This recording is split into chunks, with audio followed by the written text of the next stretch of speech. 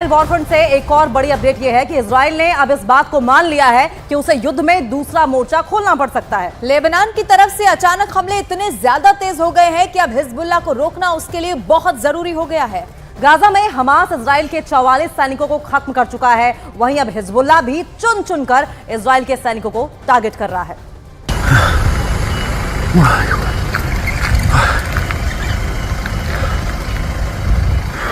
ये गाजा नहीं है, ये हमास भी नहीं है, ये है उत्तरी इजराइल। लेबनान से लगे हुए इस इलाके में जैसे जहन्नुम की आग जल रही है।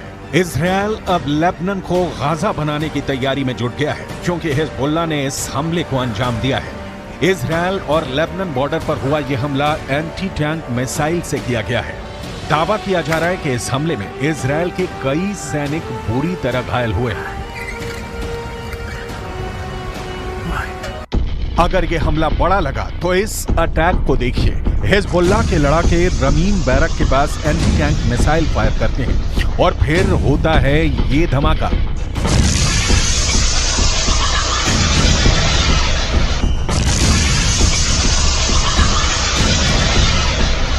इस वक्त लेबनान और इजराइल के बॉर्डर पर ऐसा युद्ध चल रहा है कि गाजा में हो रहे हमले छोटे लगेंगे। हिजबुल्लाह ने अपनी सबसे खतरनाक स्नाइपर फोर्स उतार दी है। हिजबुल्लाह ने अपने एंटी टैंक दस्तों को इजराइल की पोस्ट पर लगातार हमलों का ऑर्डर जारी किया है।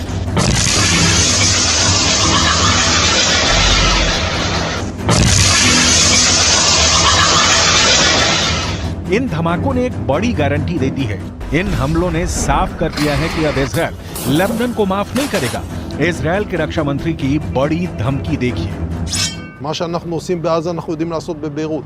מה שאנחנו עושים בעזה אנחנו יודעים לעשות בביירות.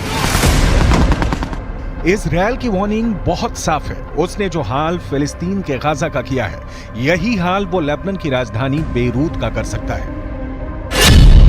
यानी इजराइल ने अब जो पहले गाजा का हाल किया है, वही वो बेरूत को दूसरा गाजा बनाकर करेगा। सवाल है कि इस युद्ध में कितने गाजा बनेंगे।